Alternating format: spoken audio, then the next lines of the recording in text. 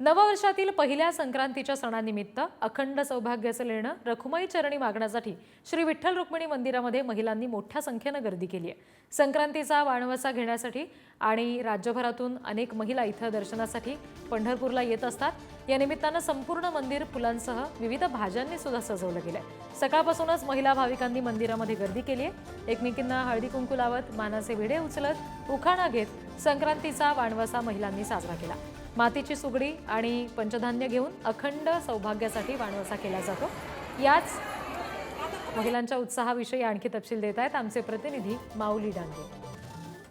आज मकर संक्रांती निमित्त पंढरपूरच्या विठ्ठल रुक्मिणी मंदिर समितीच्या वतीने चोख अशी व्यवस्था महिलांसाठी करण्यात आली आहे। आपण एकंदरीत बघितलं तर आज मकर संक्रांती निमित्त आज पंढरपूरच्या विठ्ठल रुक्मिणी मंदिरामध्ये महिला आपल्या वाणवसा देण्यासाठी आपल्या इथं आलेल्या असतात। आपण जाणून घेणार आहोत की काय महिला आपल्याबरोबर आहेत। काय सांगाल मावशी, आज काय महत्त्व असतं? आज संक्रांतीचं पतीसाठी जे हे केलेलं आयुष्यासाठी आपण हे करतो पतीच्या। काय वाण काय आणलेलं आहे? याच्यामध्ये वाणामध्ये तिळगुळ खण आणलेले आहेत आणि सगळं साहित्य आणलेलं आहे। तिळगुळाच्या आपल्या पतीच्या दीर्घ आयुष्यासाठी आपण रुक्मिणी मातेला विनंती करायची आहे आणि वाणाचं आपण जे साहित्य आणलेलं आहे त्याचा वौसा पुजवून तिळगुळ वाटायचे आहेत। वाणासाठी विशेष महत्त्व असते। प्रत्येक स्त्रियांची इच्छा असते की आपण पंढरपूरला यावे आणि वाण करावं।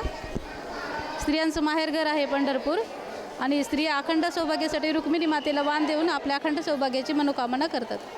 वाटीपेटीचं हे वाण पंढरपूरला मुद्दामून केलं जातं। हळदीची वाटी, कुंकाची पेटी हे वाण मुद्दाम केलं जातं आणि पंढरपूरला वाण करण्याचं एक विशेष महत्त्व आहे। संक्रांतीच्या महापर्वावर सगळ्या सुवासिनींना वाटते की आपण इथं पंढरपूरला येऊन वाण करावं। पंढरपूर म्हणजे माहेरघर असल्यासारखं वाटतं।